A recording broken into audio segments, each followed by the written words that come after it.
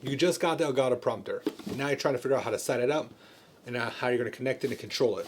I'm here to tell you that I really think that you will enjoy using the Stream Deck pedal over a Stream Deck if you're a creator like me, someone who creates YouTube videos and YouTube content, and you're trying to work off a script, or if you decided later on you are a photographer or a videographer and you're working with clients and you want them to be able to read off a script for like some kind of commercial or filming, having the Stream Deck pedal is going to be an arsenal to you. So I have my Stream Deck foot pedal, I got my Nikon Z30, and I got the Elgato prompter.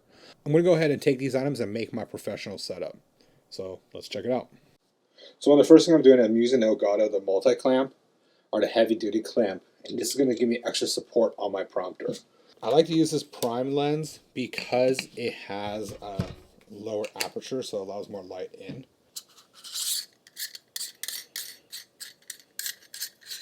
So the cool thing is you can still use a black mist filter with your prompter. It doesn't really distort too much. So I got it here, and I got the step-up ring from Elgato. So I can go ahead and set this up over here. Lock this in place. Perfect. Now, I'm going to go ahead and take my prompter. And the cool thing is, okay, see right here? This has the back plate for that step-up ring. So now I can slide this onto it without worrying about it. So yeah, there, it locks in place and it hangs on based off that step-up ring. But that's the reason why, just because I'm like that, I want to be able to add extra support to this. So now I can actually come up in here,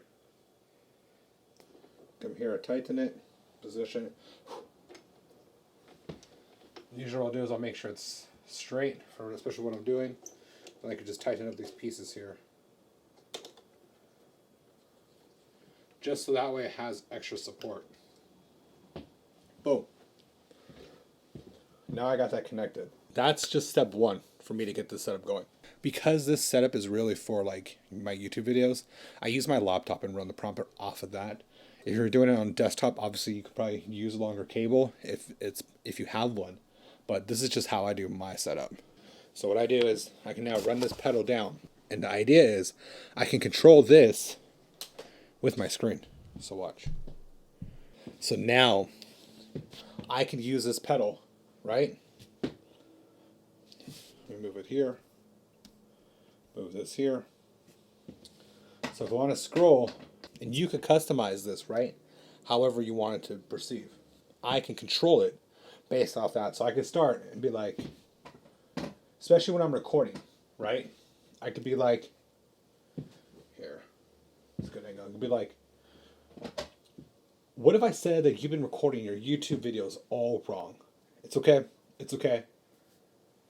See what I'm doing here? I could read it. Obviously the speed is probably a little bit slower. So I could come into here into the app itself.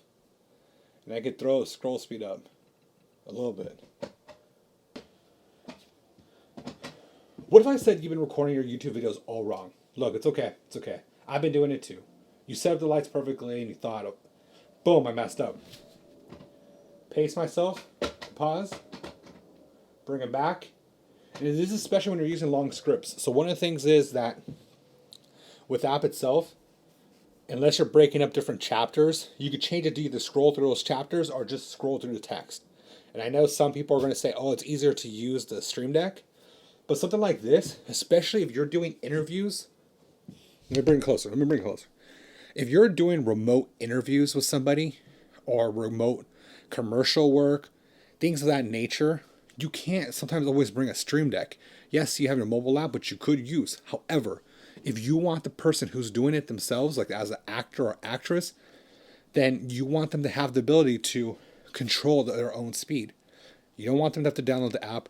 You don't want to have to hand them your phone. You could just have it all set up on a device right here. So then you could just monitor the recording and all the audio and just monitor the whole situation, especially when you're using multi-cameras. Editor Joe here, recording from my phone because I forgot to record an ending. So if you watched my last video about Apple using the iPhone for their M3 Pro announcement, right? you can actually see just how vital it is to have like a teleprompter on site. Like look at some of these background videos where they actually have a teleprompter mounted to the camera, so that way their actors or the people presenting can read from a script. So being able to have a prompter on site is such a huge benefit, a huge gain. And definitely, you could use the Stream Deck. I've used the Stream Deck for controlling the prompter, and it works great. But I really do feel like, especially on site, having the pedal is just that chef's kiss, right? Like being able to allow that person to have control. So when they feel comfortable, or if they feel like they messed up, they can stop, and then you can sit behind the scenes and just kind of monitor the audio recording and stuff like that. Hopefully, it's been out for a little bit now. Hopefully you guys have got your hands on it, you're enjoying it, and now you're looking for ways on how to be a little bit more creative with it. I would love to hear in the comments below what creative ways you guys are using this or plan to use it for. And also, do you think, hey, with a pedal, do you think it's a better option? Or do you want to say, hey, no, using this guy right here is a better option? Let me know. Otherwise, I'm Joe. This is Matzo XL.